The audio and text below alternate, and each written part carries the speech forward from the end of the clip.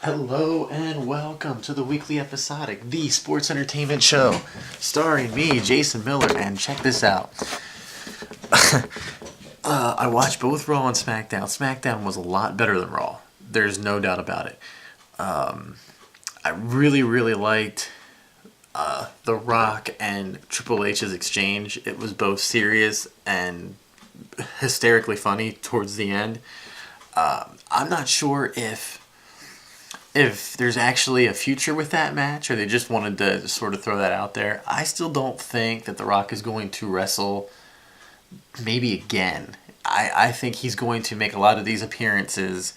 Like, yeah, I know a couple of years ago when he first came back, he's like, I'm never going away again. And I think that's what he means. I think you're going to see more of the Rusev surprise, which, by the way, was the highlight of Raw. I mean, who saw that coming? I didn't see it coming, that The Rock was going to show up out of nowhere.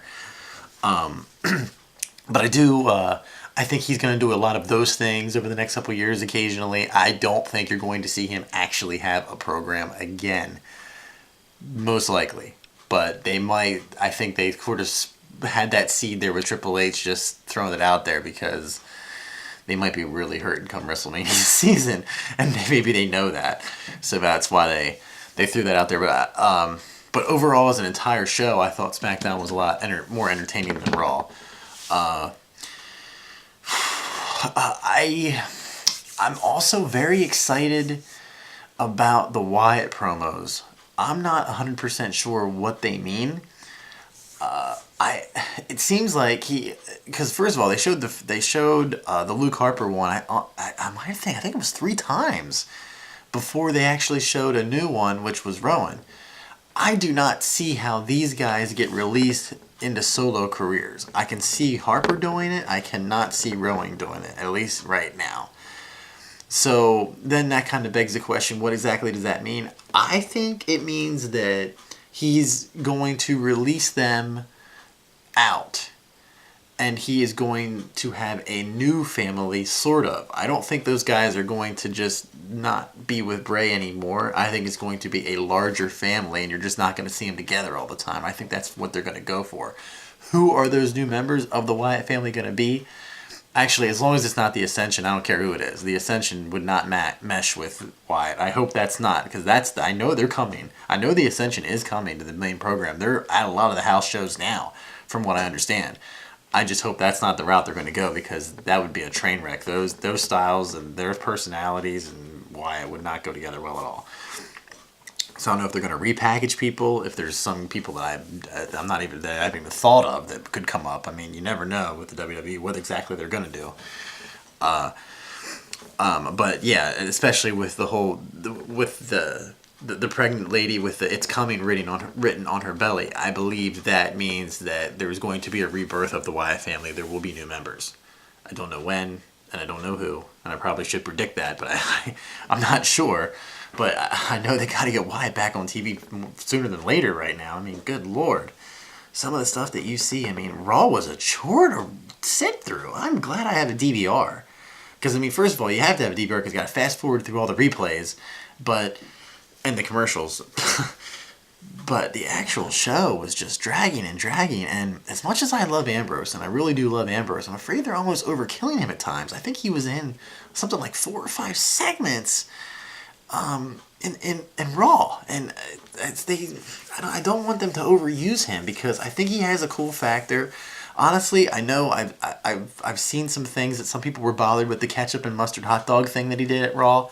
I didn't have a problem with it. I think it was sort of Steve Austin-esque. I mean, think about all the stuff that he used to do. That's what I'm saying. I think he's more of a Steve Austin kind of character. Except from my vantage point, I think he's a lot cooler because I always looked at Austin as a redneck, and I just didn't think he was that cool. As I look at. I mean, he was entertaining, but he just wasn't my cup of tea. Austin wasn't. When I look at Ambrose, I think he doesn't have that redneck factor, which kind of just makes me not be too excited about him because I don't know, it's a redneck thing for me. But anyway, I'm as much as I'm excited about Ambrose, I just don't want the WWE to overuse what he's got left, and I think I really liked the contrast of Ambrose, doing dirty deeds on Cena, and then Cena flipping the page at SmackDown, and that's the kind of thing they need to do more often. That's the kind of thing that they actually need to do more of to tell the story instead of swapping wins and losses. They need to just have little interactions of, okay, face gets over, okay, heel gets over, or in this case, I know they're both faces, but you know what I'm saying. I mean, they need to have one guy get over and then the other guy get over, but not necessarily in a match situation. I think that's why they water down these matches. By the time you've seen the same thing 16 times, you kind of lose interest in it, and I think that's the problem that they have. They need to make the actual matches and the showdowns become more special and have more of something leading up to it. I mean, I think that is why they hit it out of the park with Rollins and Ambrose in general, because you have that. I mean, they've had so much going on, and they've never even had a real match. I mean, the closest thing they had was that lumberjack match, and that was just a two guys beating up everybody else match. I mean, that was nuts. So I mean, they've done a great job with them, and I think that's what they need to do more of in order to create really good storytelling. The Divas are still a joke. I mean, that's another thing. Well, boy, these Divas matches are just so hard to sit through right now, and it's so frustrating because they really do have the talent there. But the stories they tell are so bad. It's creative that's screwing them over. It's really creative. It has nothing to do with the women and their athletic ability. All that's fine. It's just creative, just giving them garbage to work with. I don't understand why they can't do a better job. From all accounts, from what I see, Bayley is going to take that belt at NXT. Maybe she already did, because I'm confused on when those shows happen and when they air. But it's going to happen, and then when that happens, you're going to see Charlotte on the main event roster pretty quick. So I don't know how they're going to present her, but boy, I hope they don't waste her. Trying to get the new blood into the into the Divas roster, and it's kind of like the way they used Paige when she first came up, just not. I don't know. They just need to do a better job, and I hope that they do.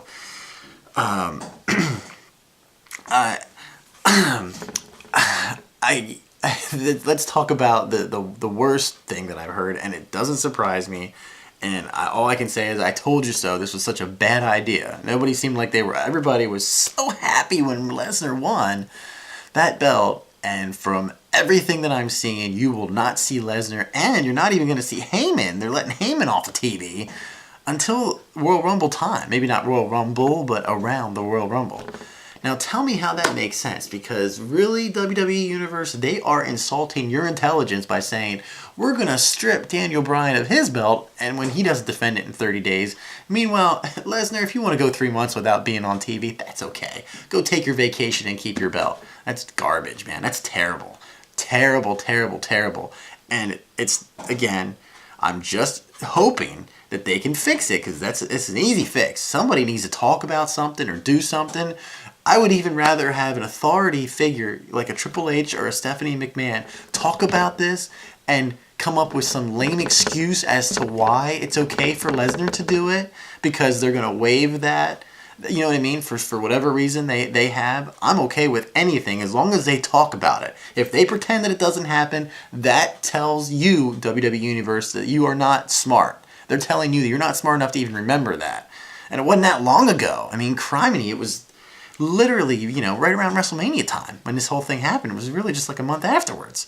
So, and ultimately, though, that is why I never wanted Lesnar to win that belt. Lesnar should have never had that belt, because this is the situation that you're going to present yourself with.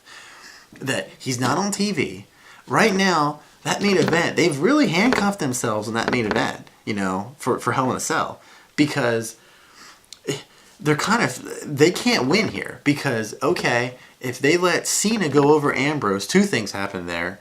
The IWC, Internet Wrestling Community, is gonna flip that happened. And on the flip side of that, if they let Ambrose win and everybody gets the match that I want and everybody else wants, which is Ambrose and Rollins in the Hell in a Cell, then you've got Cena looking weak, and he's still the guy who's in line to get a title shot whenever they decide to bring Lesnar back, which apparently is going to be with the Royal Rumble the way it sounds, which I can't believe they're going to get the TLC without him. That's, oh my. Man, who knows what they're going to do without you don't even have the guy. You don't have the guy who's carrying and see, that was the other thing. If they were going to do this, they should be far-sighted enough or nearsighted enough, however you want to call it. You want to see far enough into the future that if you're going to put the belt on Lesnar, that he is not, that they should have never should have combined. You should have had two belts. You know what I'm saying? They should have been a WWE Championship and then the old WCW, which is now they call the regular heavyweight championship or whatever.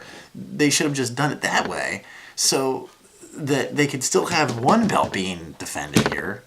I mean, because now it just basically now what you're going to have at a pay-per-view now. Understand the Hell in a Cell pay-per-view will not have the WWE champion being defended. You have an Intercontinental champion who just got smoked. I don't know if anybody saw it or not, by Rusev. Yes, Ziggler just got pummeled by Rusev. So basically, the strongest champion that you have right now is Sheamus. Sheamus going into, and I don't know if any of you saw the 15th anniversary SmackDown, but they had the 15-man tag team match, which was fun. It was exciting. It had a lot of talent in it. It would be pretty good. Did you notice they let Cesaro do the swing for the first time in 4 months-ish, something like that?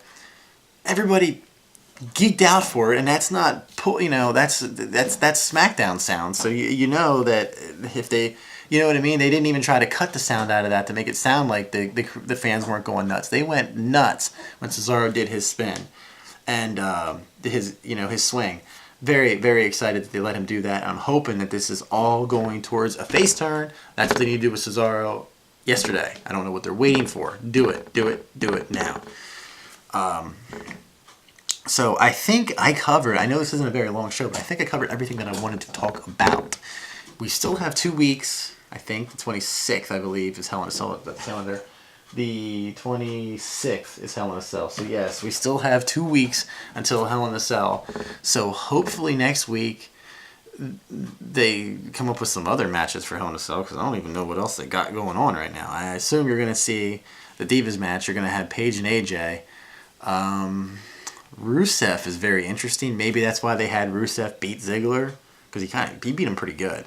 So maybe that's what you're going to have as the Intercontinental Champion there. And if that's the case, then Rusev is going over Ziggler. Rusev will be the champion if that's the match that they're going for. And then maybe they're going to have Cesaro and Sheamus go again for the United States, because I don't see what else that is. And see, they're still sort of in the same. And again, I would say the Usos and the Dust Brothers for the tag team belts. I would say that would be a possibility too. Maybe they might not even have the tag team belts on the show at all. I don't know.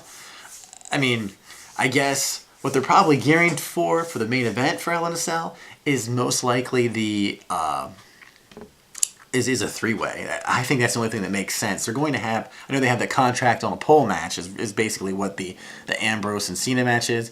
Some shenanigans are going to take place that they can't say who the winner is for sure. I think that's the only way they can get out of this okay for all parties involved, is to have a 3-way in that Hell in a Cell.